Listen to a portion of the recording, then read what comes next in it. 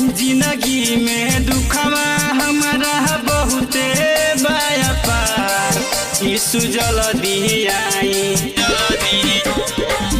जिंदगी में दुखवा हमारा बहुते बाया पार, यीशु जल्दी आई।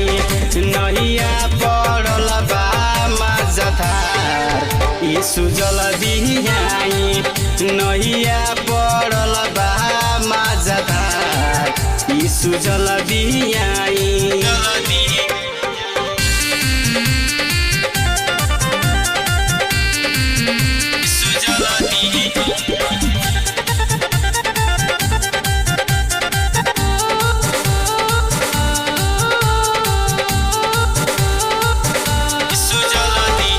मानवा में आस लेके रउआ के बोलवनी, दिलावा में ज्योति प्रभु जी हम के जगवती।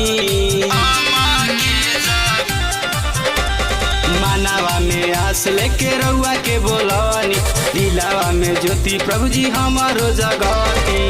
भटकल रहिया बानी दीना बताई, यीशु जल्दी आई।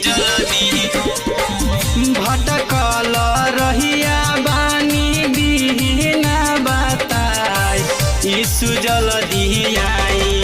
नहिया पड़ल बा मझधार, यीशु जल्दी आई।